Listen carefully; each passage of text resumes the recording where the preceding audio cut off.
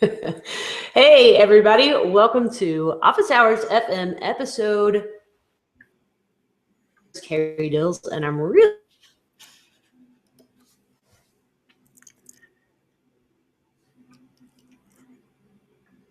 obviously quite a bit on today's show, but he is Robby McCullough. Hello, Robby. How are you?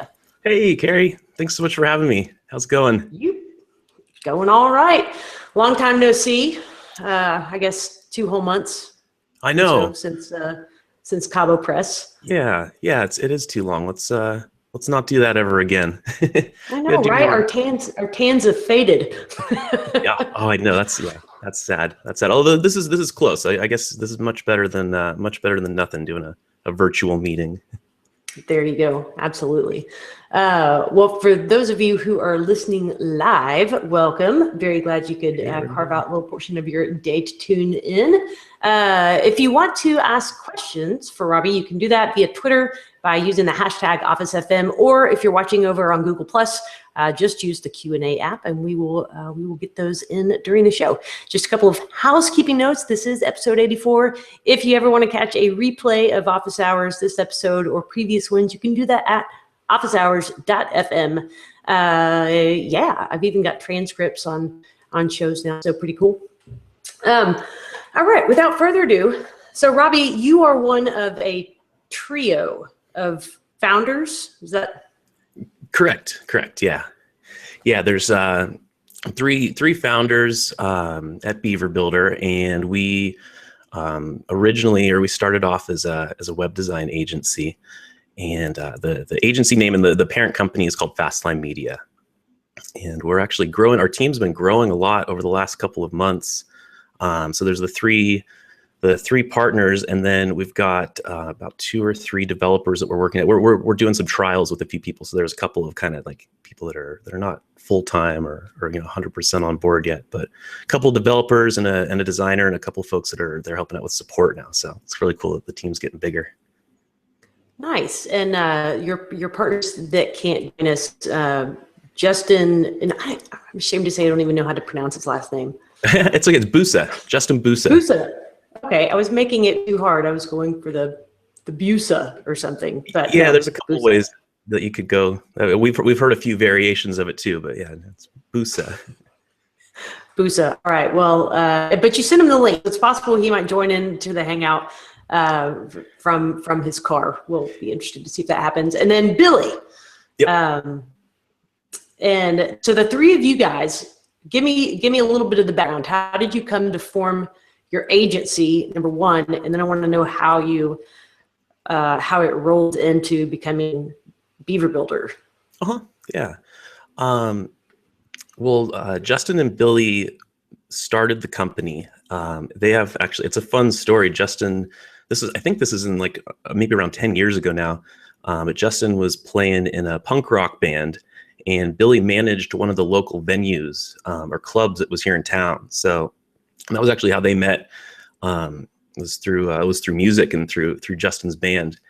And Justin was doing, he tells the story so much better, obviously, but I know he was doing some freelance web design work. He was working for a photographer and was learning a lot. He went to school for design, and he got like a kind of a new media technology degree. So he's doing freelance work, and things were going well for him. He was getting busy, and he put an ad up on Craigslist looking for some help.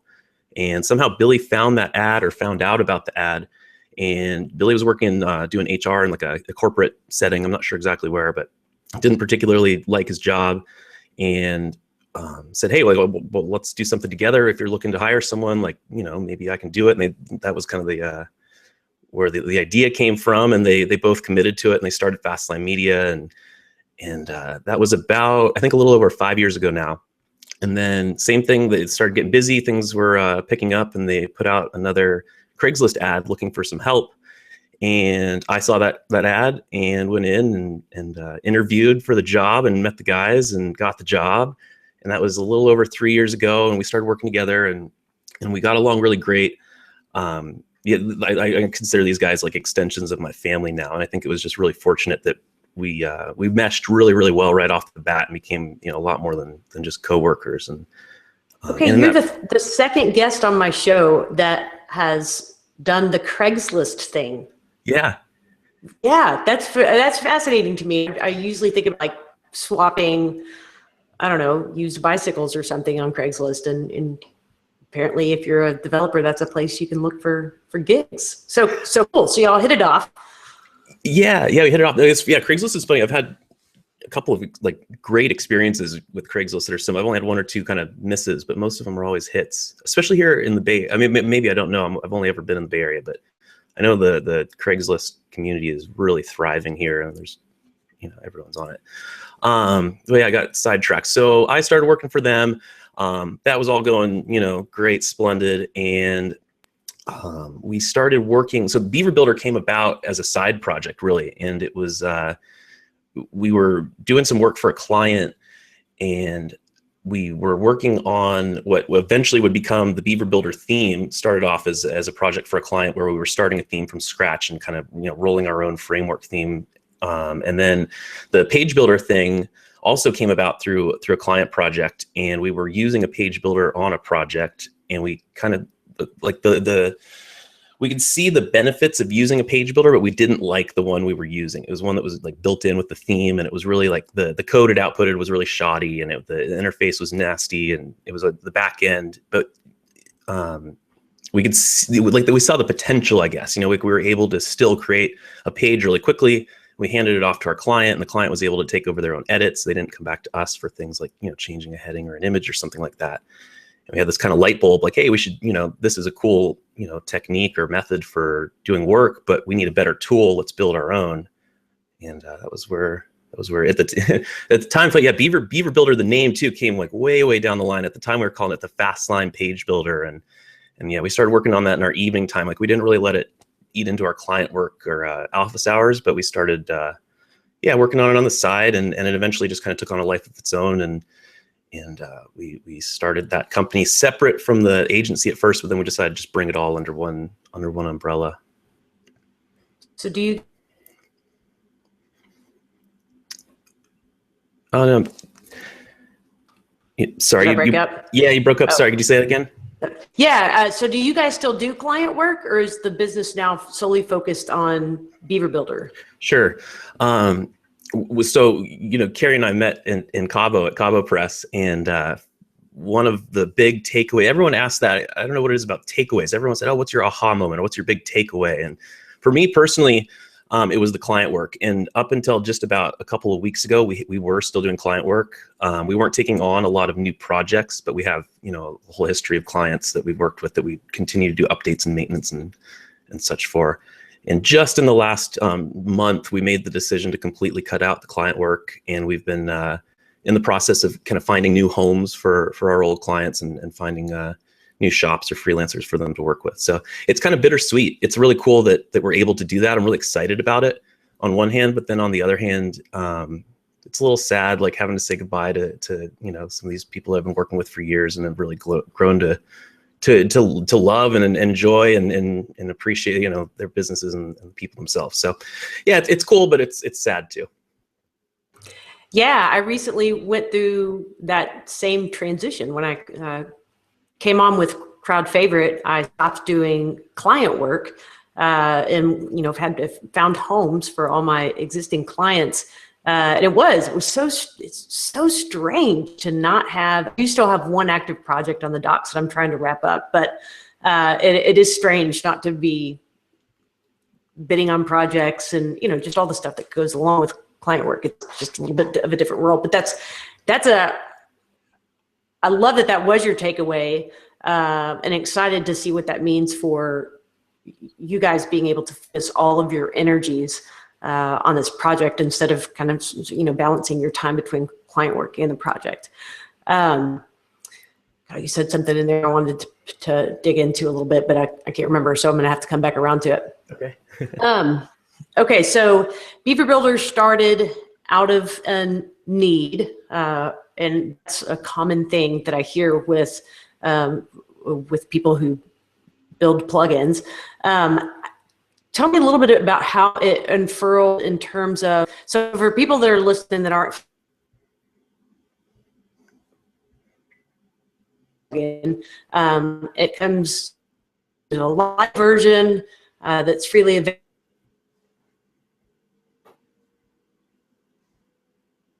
Purchase. So how did that model come about? So you broke up one more for a brief second there. So did you say the free version versus the premium versions and how that kind of structure came about? Yep. Okay. Yeah. Sure. So the free version, interestingly, I've heard this once or twice now from other folks, but the free version actually came after we started off with the premium version, and if I remember right, when we first launched, we had the theme and the page builder, and they were all bundled under one package. And I think like at the time, your average kind of premium theme and premium plugin was, like maybe $50 or $60. And I think that was what we did. We did like $59 because that was what everyone else was doing. And yeah, we had the theme and the plugin. We were really lucky. One of our first customers, his name's Jason.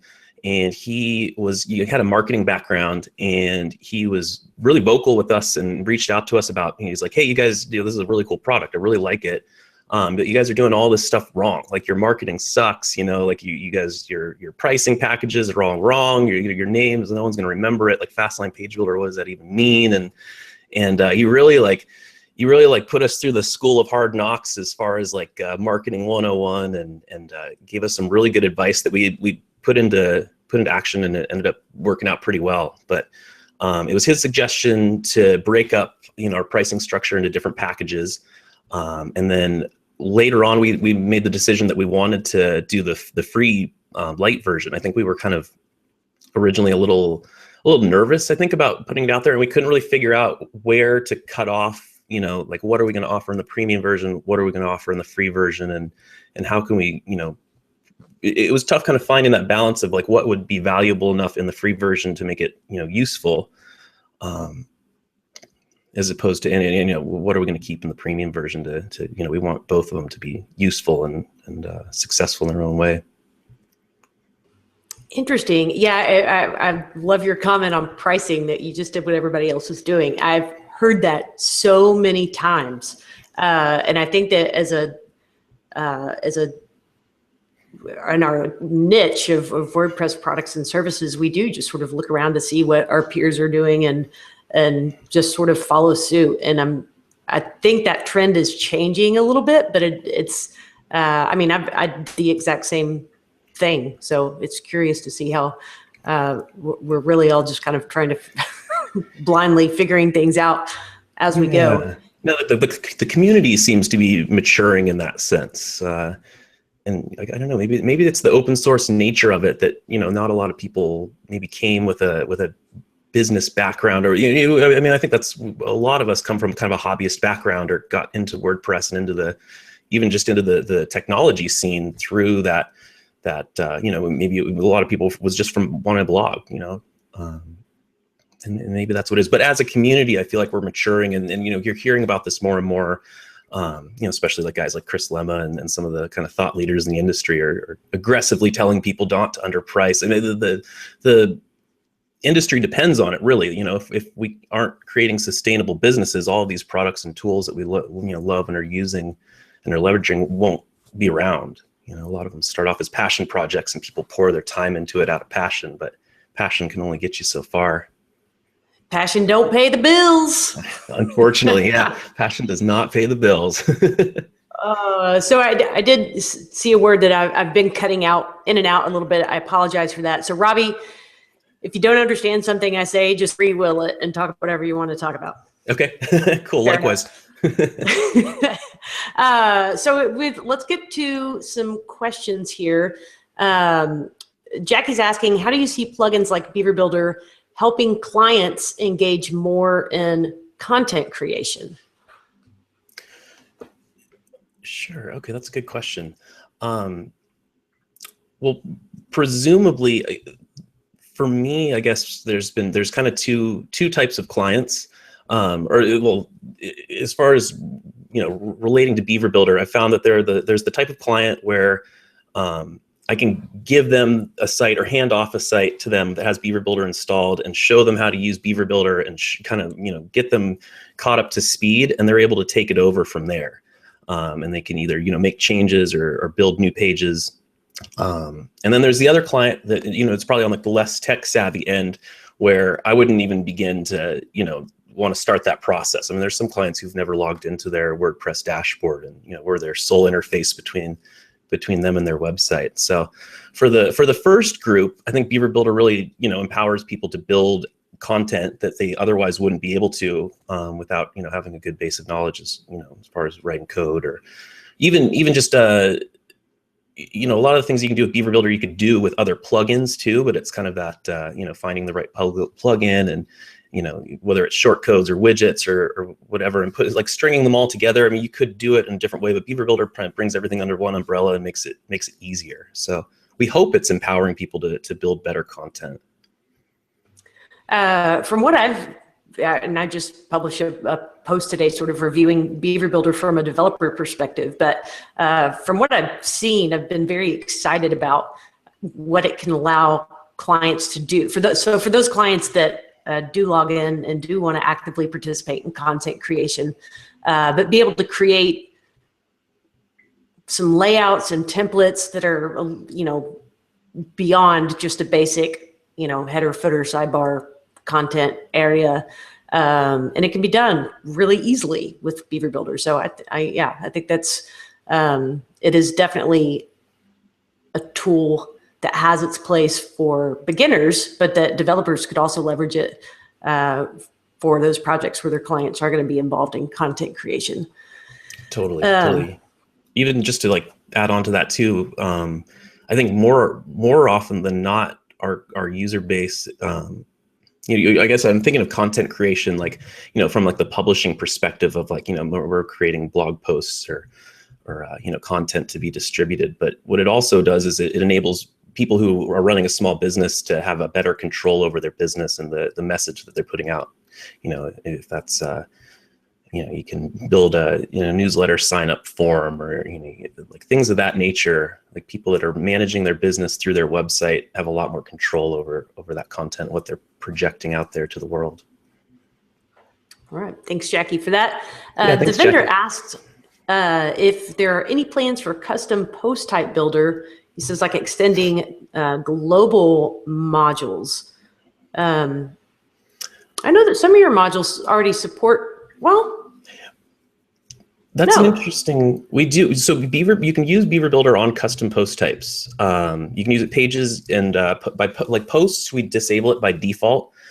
But you can enable, you can use Beaver Builder on posts and any custom post types. I wonder if what he's getting at is the idea of a template builder, which we hear a lot. And just to kind of explain, so Beaver Builder, you could build one-off pages.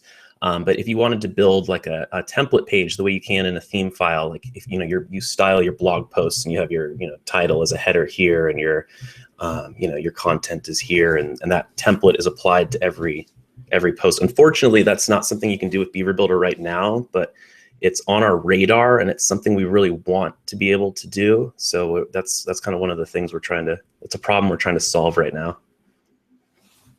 All right, and I'm going to circle back around to a question that I meant to ask earlier, and it fell out of my brain. But when it comes to writing the code, developing Beaver Builder, work in the support forums, doing sale, all the having a project, how do you and Billy and Justin, have y'all kind of settled into defined roles, or is it all of y'all doing all the things? A little combination of the both. We have settled into our kind of respective roles. When we were doing agency work, we all three, we all kind of consider ourselves jacks of all trades, if you will. I mean, we all kind of specialize in different areas, but we're all pretty competent as far as we can put together a website. We know how to code, we know how to design, and we can kind of go from zero to website, all three of us independently. So when we were doing freelance work, we'd usually take on a client and, work with that client and own it from start to finish, as opposed to one of us being the design guy and one of us being the code guy and this and that. With Beaver Builder, though, we have had to kind of establish those roles a little bit. Justin is our technical lead. He's the lead developer. He wrote 99% of the code that's in Beaver Builder. So that, and he kills it in that department. He's great.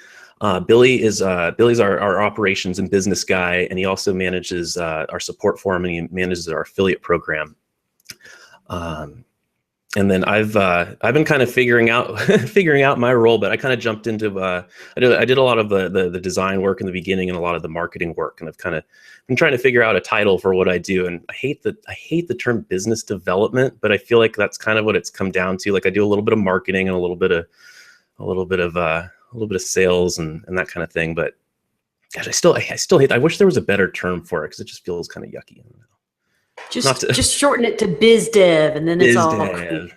Yeah, I like that. Okay, biz dev. Let's see. We've got I was going to opine a little bit about your support forums, but it was just going to sound like fawning, so I won't. Oh, okay, that's okay. Okay, I'll imagine. Well, yeah, it's good. It's all good stuff. Ginger asked a great question. She says, how do you compare your product to the dynamic website builder, which is, are you familiar with that one? Definitely, yeah. So the difference is that, so Beaver Builder's a content builder, and dynamic is a theme builder. I think would be like the way to look at them differently. So Beaver Builder will basically, the page builder will replace the WordPress editor. So anything that would otherwise be a blog post, like in your site, you have your header and your sidebar, maybe in a footer, and then the content of the page is going to be what's coming out of that WordPress editor.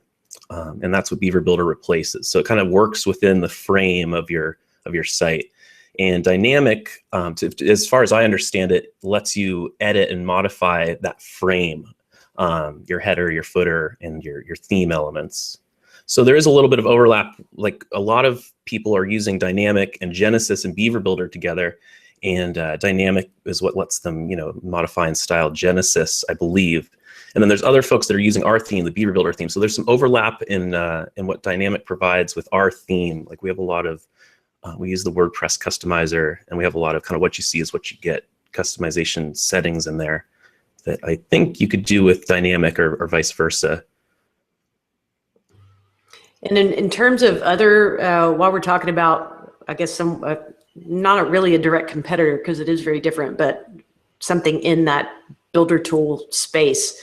You mentioned that you guys built Beaver Builder because you didn't like the product that you were using, but you wanted a page builder solution. So what in your mind differentiates Beaver Builder or makes it a better product than other page builders?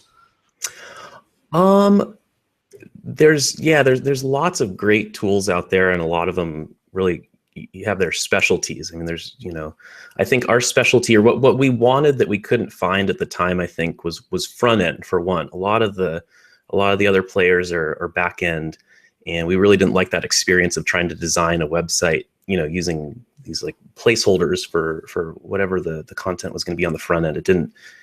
That was a biggie. Yeah, we wanted to be on the front end, and then we wanted the user experience and user interface of some of the other things that we tried just left a lot to be desired. We wanted something that was really simple. I mean, we wanted something that was powerful enough that we could do anything with it from like the developer's perspective, but then we wanted it to be packaged in a way that was simple enough that our clients could make their own edits and modifications. We wanted it to be user friendly to a non-developer too. Couldn't get off the mute button fast enough. No, that makes sense. Have you played with the Conductor plugin at all? I'm really familiar with Conductor.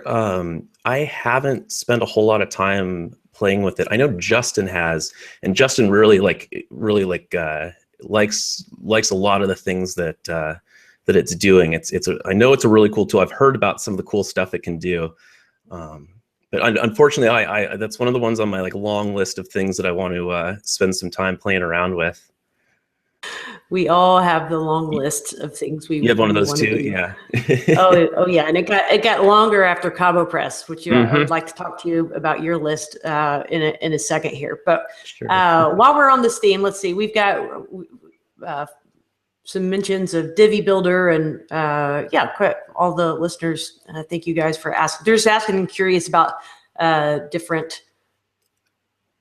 these different products in your space. So that might actually be an interesting and potentially fantastically self-serving blog post for you guys to write of how you are how you do differentiate.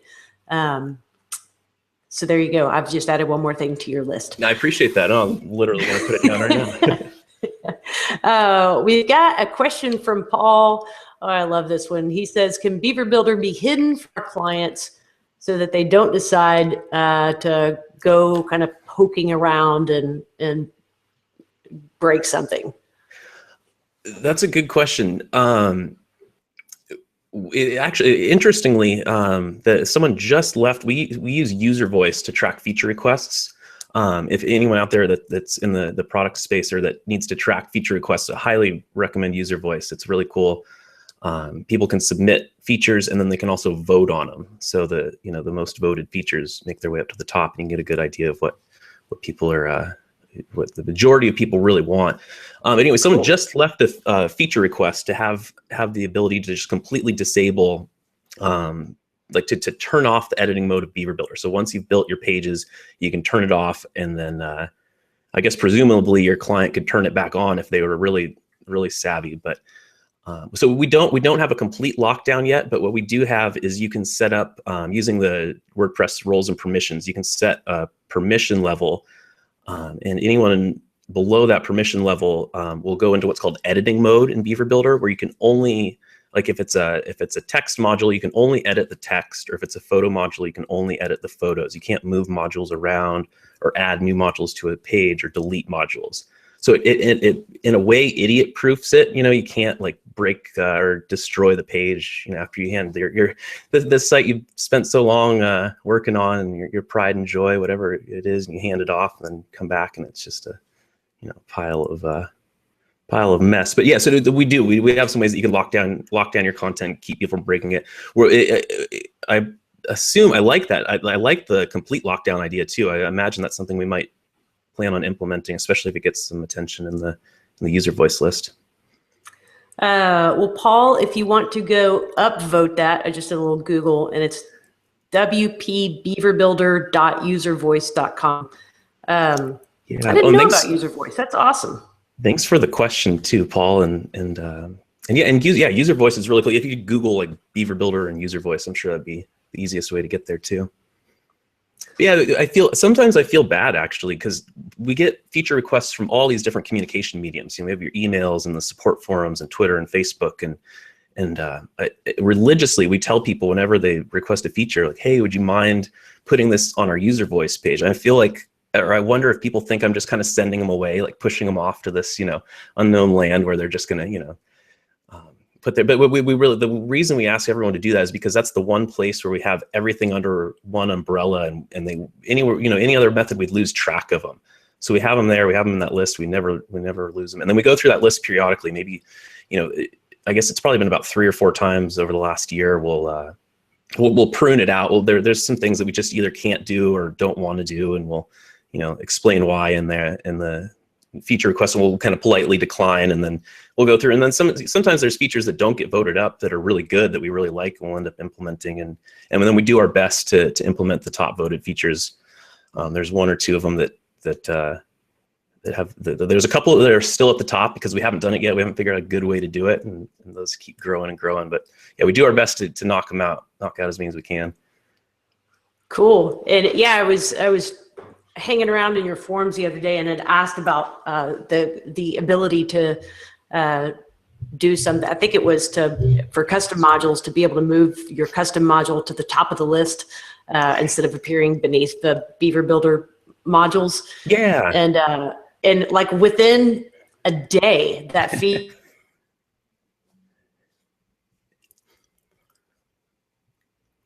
is an easy little thing to throw in there. But I was like, wow, that was fast. No, that was cool. Yeah, that was no, we like that. That was a great suggestion. That's one of those things that was one. That made perfect sense to be able to do that, and it wasn't too difficult to implement. So no, that was our pleasure. And thanks so much for thanks so much for taking the time to play around with Beaver Builder and leave us some comments and all that. I know it was really great to see you. We're really excited to see you in there.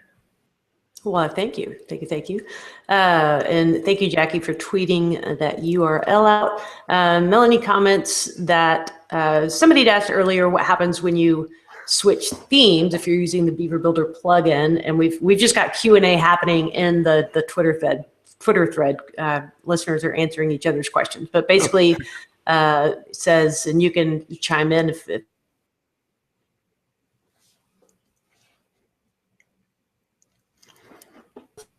let's see, full width stuff. So I'm guessing if it was, depending on a full width versus a column sidebar layout.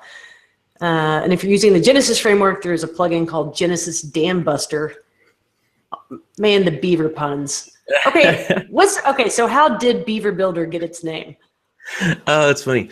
Yeah, the Dam Buster plugin is really cool. Quickly first, it's Russell and Elizabeth Jamieson. I'm not sure if I'm pronouncing that last name yet, but they put that together and yeah, it's really nifty. Again, I've worked with Genesis in the past. I don't have a lot of current projects on it right now, but I can imagine how useful it would be knowing what it will do if you're not familiar with Genesis to be able to kind of quickly do those modifications. So the name, like I mentioned, we had Jason tell us that our name sucked. He's like, you guys, you need a new name. Your name sucks. And so we started this process of, okay, we need a new name.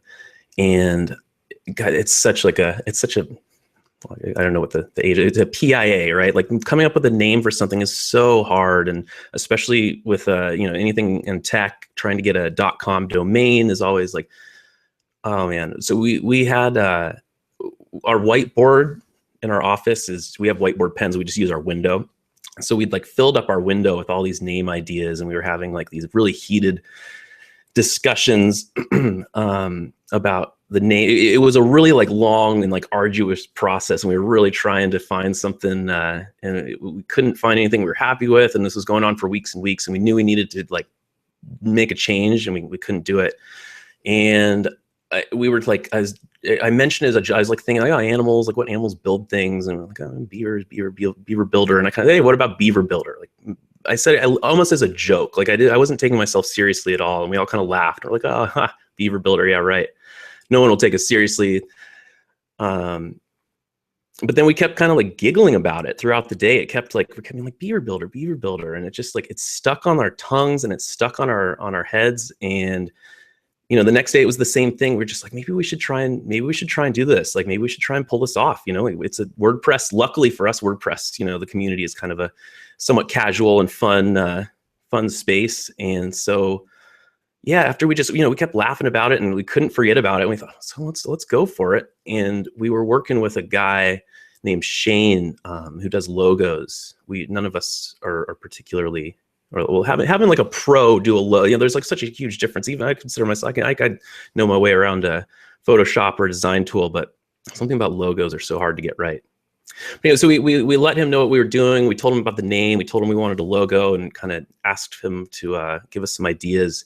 And he works with an illustrator, and they came back with the Beaver Builder logo, and we saw the caricature, and we just fell in love with it. We're oh my God, this is it. Okay, we love it. We have this beaver. He's so cute. And the name, and we were really excited about it. So we went for it. Yeah, and in hindsight, I think it worked. I think it was a good. Move. It's funny. Occasionally, we'll hear folks saying oh, I was going to try it out, but they have such a silly name, I wouldn't take it seriously. But more often than not, we hear people say, yeah, that's what I thought, until I spent a couple seconds playing with it, and I realized that it's a pretty serious tool. So. Interesting. Yeah, well, you've got the good alliteration working, and it's certainly memorable, and your character is cute. So there you go. Beaver Builder. Builder.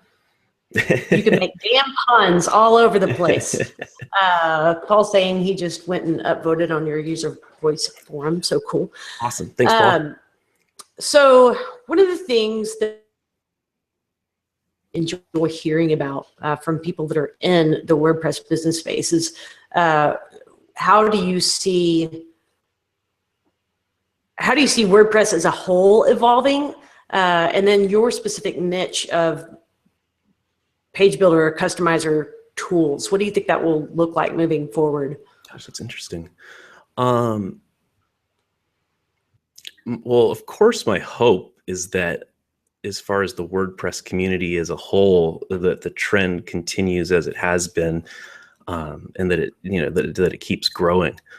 I don't know, that reminded me, I think it was WordCamp LA. I think so. We did Cabo together, and then WordCamp LA was the next weekend after that. And a lot of the folks in Cabo were going to LA. And I think it was Steve Zengit did a talk there. And it's Steve Zengit, he's the, I think, CEO or founder of Zeek Interactive. And he was at Cabo as one of the coaches. Zeek Interactive is a, I think, a 20-plus-year-old digital agency. So he's been doing this for a long time, and he made this really interesting point that he was speaking at a WordCamp, and he made an interesting point that he had been at a similar conference for Flash maybe 10 years ago, and that Flash was at the top of the world, and 99% of any computer on earth was running Flash, and and everyone in the Flash community, they were on the top of the mountain, and it was nothing but up from there.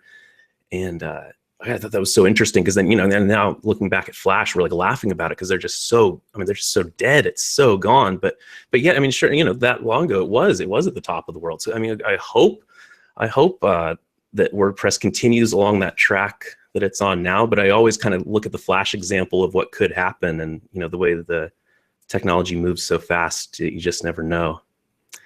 And then as far as page builders, as far as our kind of little chunk. Same thing. Of course, we could hope that it continues to grow as it has. Yeah, I think it's going to be a really interesting time for WordPress with the REST API coming into core. That it's going to open up all these new possibilities. To be honest, I can't really even picture some of the ways it's going to change. I just have a feeling that it's coming. So I'm curious to see what happens and see like how that the REST API in particular kind of shapes the future of WordPress. But I wish I had a better, that's one of the things on my long list of tools that I really want to spend some time digging into is the REST API, because I've only kind of just done the like hello world equivalent of like just seeing it in action, but I haven't gone much deeper than that. That one is also on my list. I had Rachel Baker on the show a month or so ago, talking specifically about the REST API, and she's taught some or given some sessions at WordCamps and so forth on it. And yeah, it does sound really interesting for, I'm curious to see what the implications are for people like me, people that are just, doing, making themes and that sort of needing to connect to these huge back-end entities like maybe would in an enterprise setting. I can see how REST API will come into play there, but I'm more curious on a smaller level how it will impact users. All right, so we've alluded to our list. We've alluded to CaboPress, and I've shared on the show before that I came back with a kind of a laundry list of things that I wanted to work on or focus on, those ahas or takeaways, if you will. And I would love to hear some more of yours and Justin specifically, since y'all both got to go. Yeah. There was so much information packed into that trip. It's so hard. Like I'm still kind of like going back through it all in my head and kind of processing it, and still kind of like gaining value from just thinking about the conversations we had. And it's tough to like sum it all up. Let's see. One interesting thing, I guess, so Syed Balki of WP Beginner and Opt-in Monster, he was one of the coaches as well. And the format for CaboPress was day, and there was either maybe 3 to 5 sessions, and they'd be on a different topic with a different coach, and you could kind of stick with one, or you could float in between them. And Syed was doing a session on affiliate marketing, and then I think Jason Cohen of WP Engine was doing another session on, it was something that was I thought more relevant to me. It might have been on hiring, but I was like, oh, I want to go do the hiring one. I'm not a publisher. I'm not in the affiliate, marketing business. So that one, as interesting as I'm sure it would be, isn't going to be as, applicable.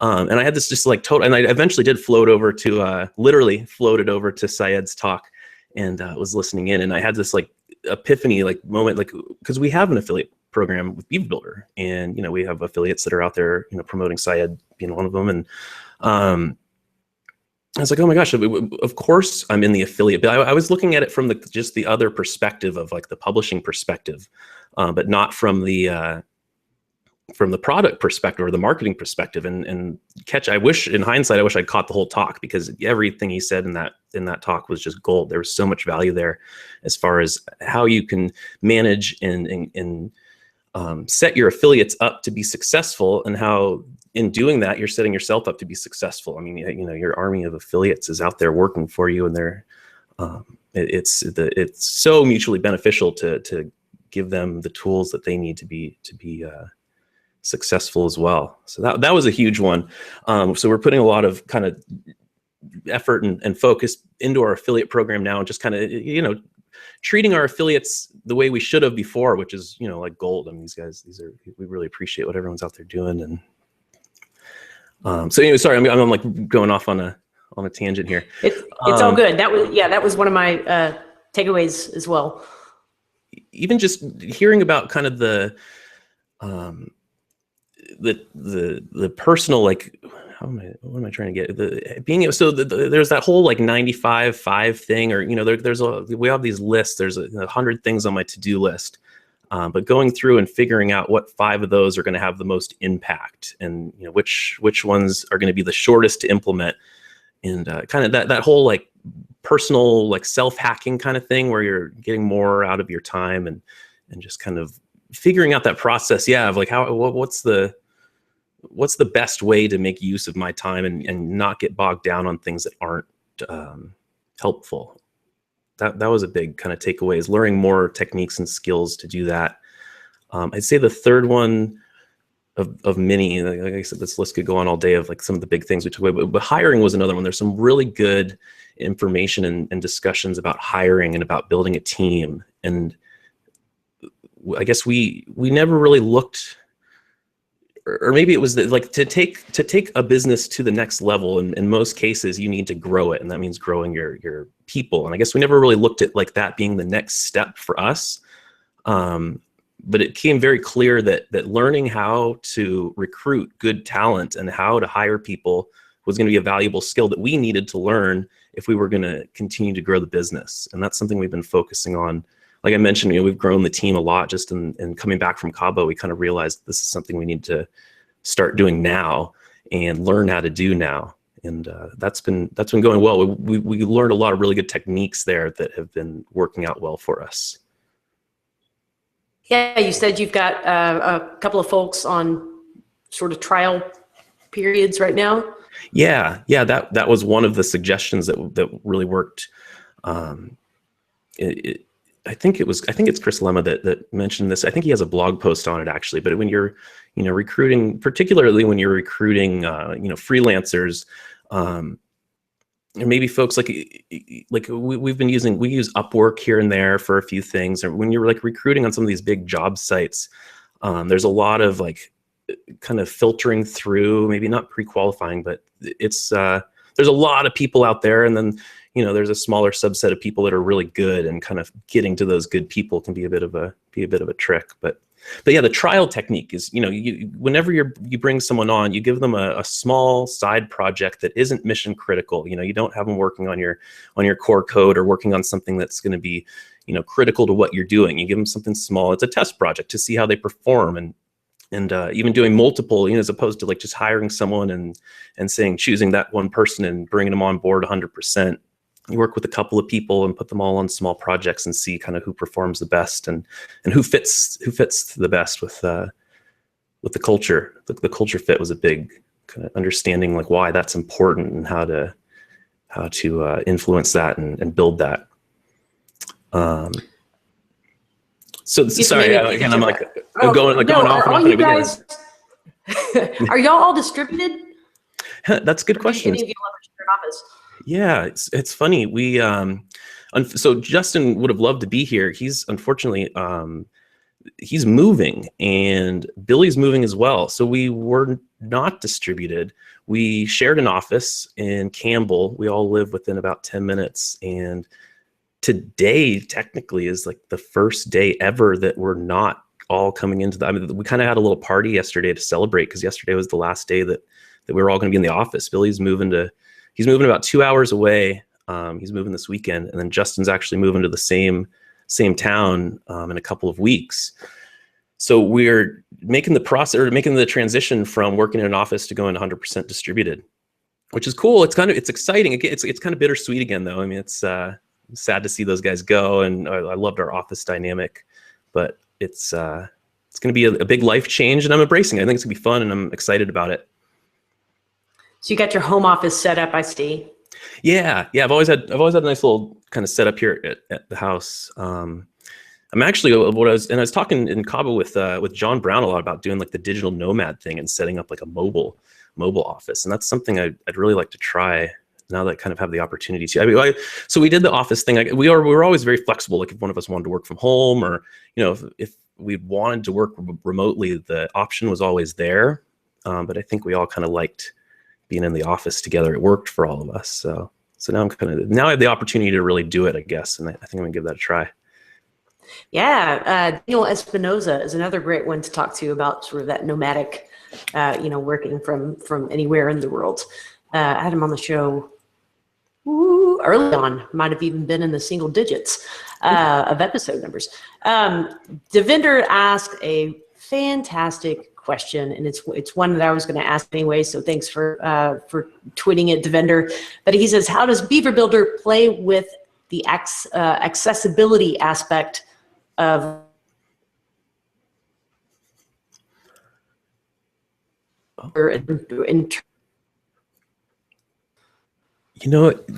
heard the last thing I heard was accessibility. Sorry, could you do the last part of the question Sure. again? Yeah, so sorry, I hate this stupid Wi-Fi. So my Wi-Fi is inaccessible. No, but Beaver Builder and accessibility. So, I mean, Beaver Builder, pretty much what's going on is just outputting markup and content. How accessible, or do you know how accessible what it's putting out is? That sounded funny. Yeah, no. Okay, that's what I thought the question was. Sorry, I should have just started into answering. Yeah, so so the way it's set up, we would like to get better as far as the level of accessibility in the code that we're outputting. We've done our best, if you will, I guess. I mean, we baked in all of the kind of best practices, and we did everything as well as we know how to make it accessible and to make it as accessible as possible, I should say.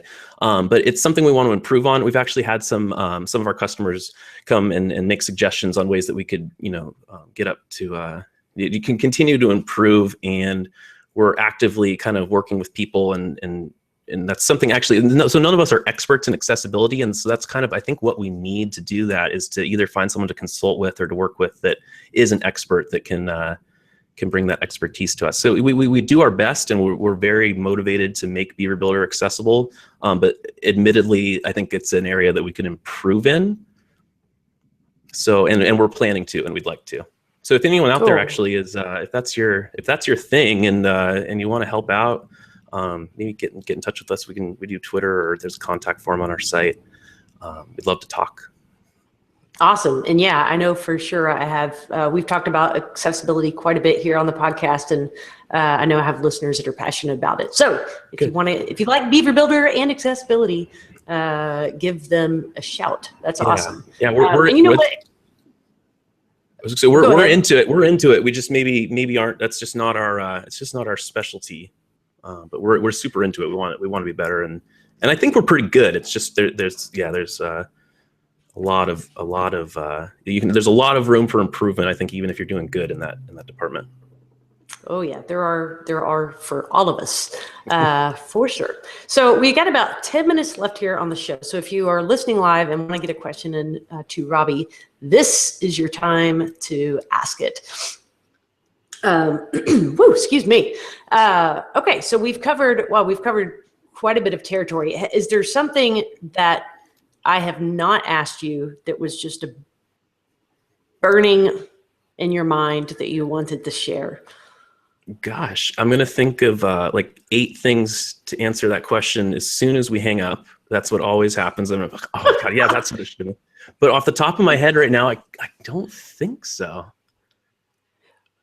What's the next, or is there anything like big on the horizon or roadmap for Beaver Builder that you can talk about?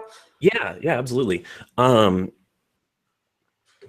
There's two kind of big things. One, we've got a cool feature that we're working on right now. That's I honestly I don't have an ETA for like when it's going to be out, but it's kind of like a geeky feature. We're really excited about it because we're doing a lot of kind of behind the scenes work. But really quickly, when you're working in Beaver Builder and building a page, when you make a change to the page, we have to do a full refresh of the page to update the design. This is kind of, I'm putting like a layman's spin on this. Justin could get into the technical details, but the feature he's working on is called partial refresh. And what it's going to let you do is just refresh a section of the page. So if you're working on a heading and you modify that heading, we don't have to do an entire refresh behind the scenes to update the preview. And basically, like in a nutshell, what it does is it makes the editing experience lightning quick. And when you're building pages now, there's these occasional like moments where you'll get a spinner where it's saving and doing some Ajax work to save your data. And the amount of time you spend, it's minimal now, but the amount of time you spend like waiting on that spinning bar with this new partial refresh feature it's just like next to nothing. It's really, really cool. So we're jazzed. I can't wait to show that one off. And but it's kind of, that's one we're really excited about because it's kind of behind the scenes and tech. That is awesome. I mean, anything that speeds up the experience. Yeah, you broke up on me again. Sorry.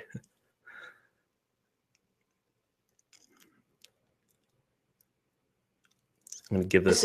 You think that you'll... Nope.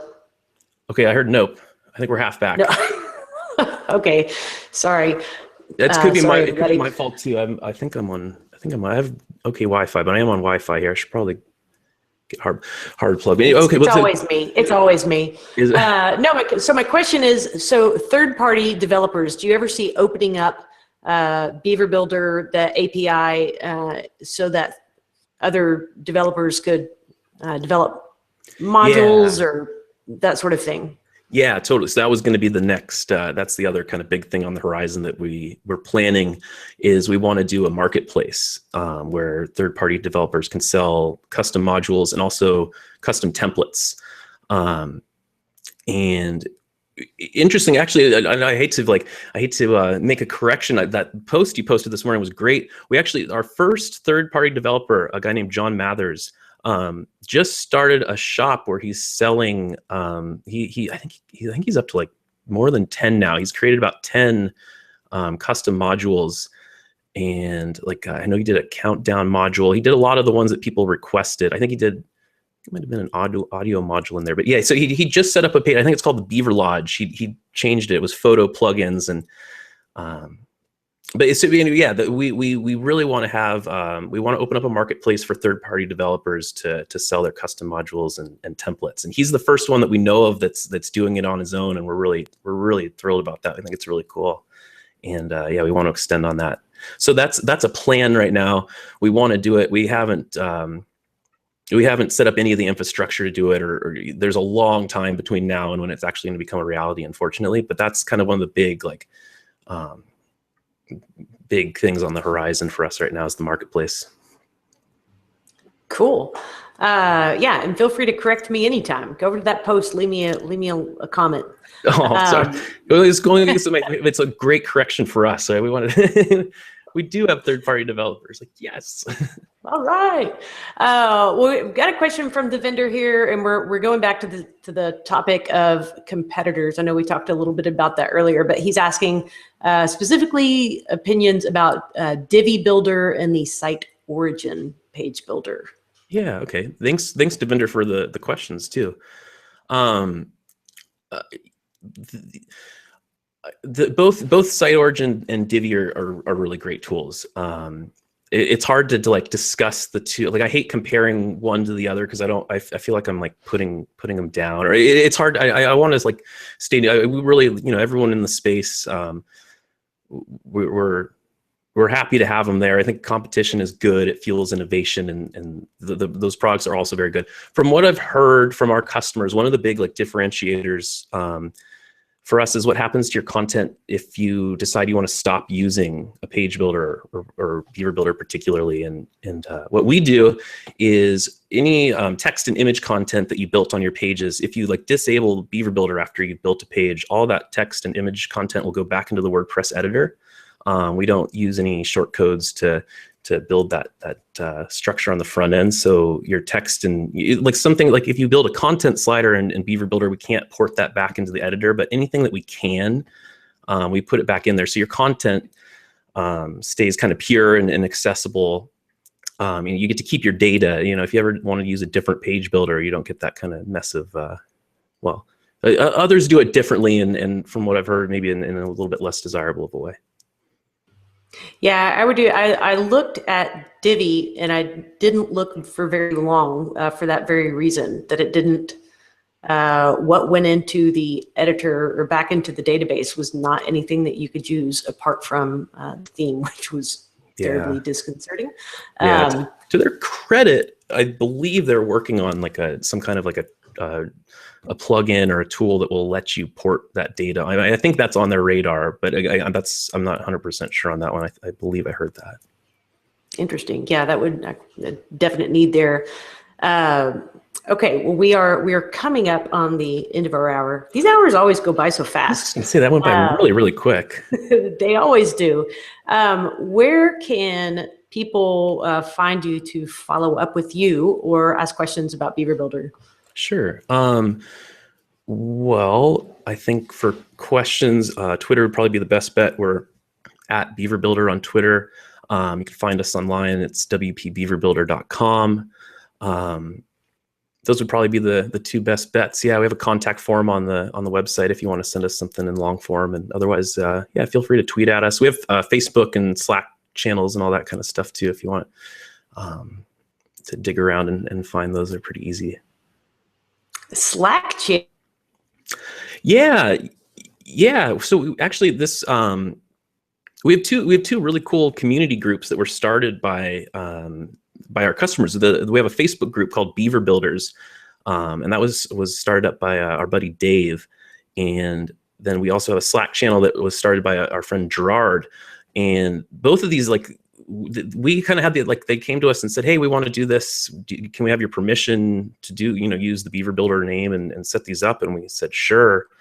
And they've become these really thriving communities. There's always folks in the Slack channel hanging out and chatting and answering questions and helping out. And same on Facebook. They've just really, the communities have really thrived. And both of them started organically without any, I wish I could say it was my like brilliant idea to set these things up and grow these communities, but no, yeah, it was like not at all the case. But yeah, so we're on Slack. We're on Slack and we're on Facebook. The link, you have to there's like a Heroku app where you can get invited to the Slack channel. And that one's a little harder to access. Maybe I'll tweet that one out when we're done here. So anyone that's listening now can easily jump in there if you want to come say hi and get to know the crew.